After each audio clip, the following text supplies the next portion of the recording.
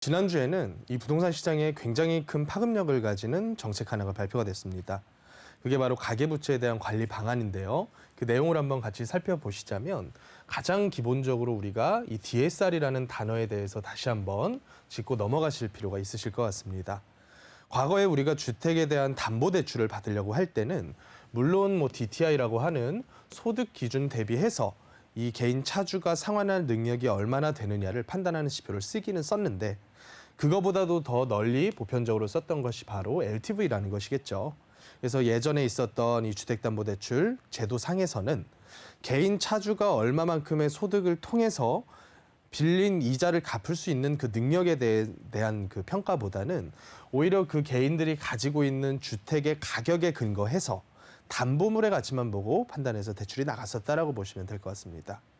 그런데 올 7월 달부터 본격적으로 제도화가 돼서 도입이 되는 이 DSR이라는 제도는 개인들이 상환해야 하는 모든 대출 금액, 예를 들어서 누군가가 작년 한 해에 영끌이라는 것을 해서 집을 한 채 샀다라고 한번 가정을 해볼게요.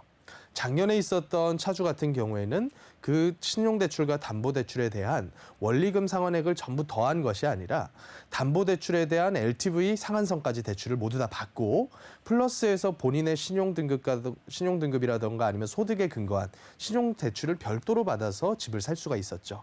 그런데 이 DSR이라는 제도는 한 대출에 대한 원금과 이자의 상환액을 모두 더합니다.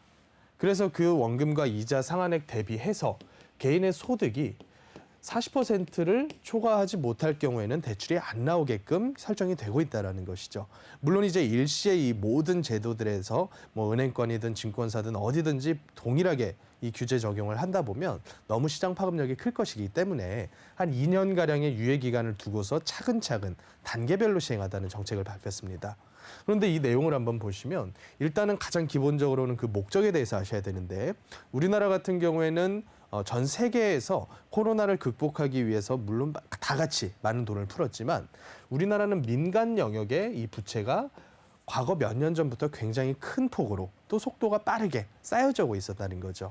그러던 상태에서 코로나까지 겹치게 되니까 어떤 한순간의 스트레스가 이 시장에 오게 되면 그 충격이 민간 영역 전체에 퍼지게 되면서 일종의 도미노 현상이 발생할 우려가 굉장히 크다라고 판단을 한 모양입니다.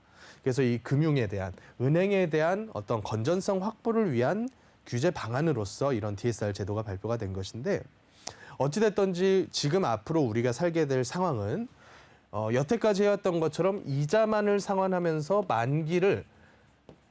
만기의 원금은 동시 상환, 일시 상환하는 형태로는 대출이 나오기 힘들다라는 것이죠.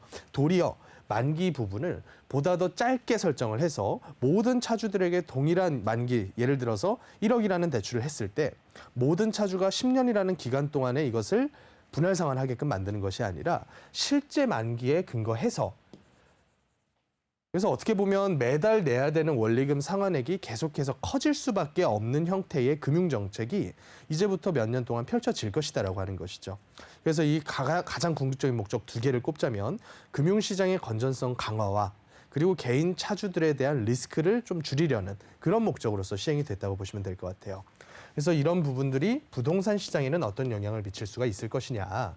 지금 서울 아파트 시장 혹은 수도권 아파트 시장의 흐름을 한번 보시면 어찌됐건 투자로서 이 시장에 다주택자로서 적용을 해서 다주택자로 새롭게 이 시장에 뛰어들어서 얻을 수 있는 수익이 굉장히 많이 줄어든 상태입니다.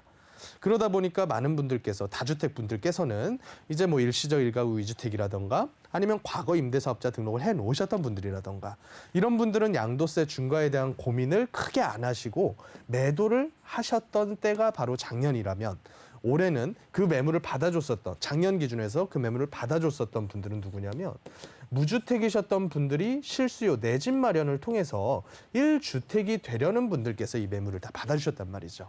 그런데 그분들이 어떤 방법을 이용을 했냐면 엄청나게 많은 부채를 끌어다가 속히 흔히들 얘기하는 이제 영끌이라는 걸 통해서 이 물량들을 다 받아줬었던 거죠. 그런데 이런 제도 변화로 인해서 앞으로는 이런 형태의 작은 현금을 가지고 많은 물량을 받을 수 있는 제도가 사실 많이 줄어들게 된다고 하는 것이고 작년에 들어가셨던 분은 당연히 이런 생각을 했을 겁니다. 내가 사고 나서도 나 이후에 나보다 더 비싼 가격으로 누군가 계속 집을 사줘서 가격을 올려줄 거야. 이런 기대를 하셨다면 이 믿음이 어느 정도는 지금 깨지고 있는 그런 상태가 아닌가 이런 생각이 좀 듭니다. 그래서 우리가 앞으로 1, 2년 동안 그 기간에 얼마만큼의 시장 충격이 이 금융시장의 변화로 인해서 오게 될 것인지 한번 꾸준하게 지켜보실 필요가 있을 것 같고요. 최근 수도권 주택시장의 현황 같은 경우에는 일단은 아파트 거래량은 아주 제한된 지역 몇 군데를 제외하고는 거의 이루어지지 않다시피 하고 있다라고 보시면 될 것 같습니다.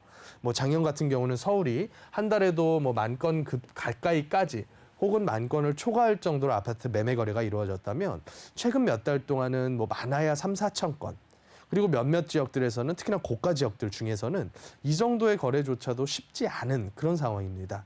그렇다 보니까 매물은 적체가 됨에도 불구하고 많은 분들께서 지금 분위기에는 현장 가격보다 호가를 더 낮춰서 파는 행위는 안 하시고 계시는 그래서 아직까지도 좀 눈치 싸움이 벌어지고 있는 상태다라고 보시면 될 것 같아요.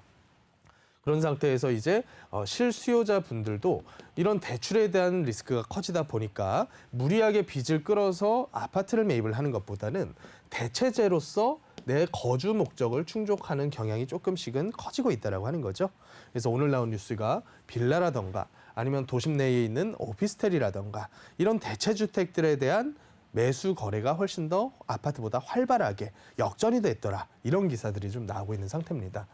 그래서 결론적으로 앞으로 단기 몇 년 동안의 이 시장 전망을 한번 해보자면 어찌됐건 코로나로 인해서 풀었던 유동성을 축소해가는 단계가 언젠가는 펼쳐질 겁니다.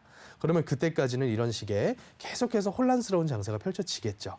하지만 그 이후의 장을 우리가 바라볼 때는 지금 투자하시는 분들은 최소한 10여 년가량을 멀리 내다보고서 해야 되는 그런 상태임은 분명하다. 그래서 우리가 어떤 상품과 또 어떤 지역을 통해서 내 자산을 불릴 것이냐 이런 고민들을 다시 해볼 때가 아닌가 여기까지 좀 정리를 해보겠습니다. 전반적인 설명에 대해서는 이제 많은 분들께서 여러 매체를 통해서 접하셨겠지만 이제 개인이 내 상황에서 그럼 어떤 액션을 취해야 될 것인지는 보다 더 심도 있는 상담이 좀 필요하실 것 같습니다. 그래서 제가 매주 수요일과 목요일은 이런 분들을 위해서 세미나 자리를 마련을 하고 있으니까 주저하지 마시고 전화 주셔서 예약하신 후에 참석해 주시면 감사하겠습니다.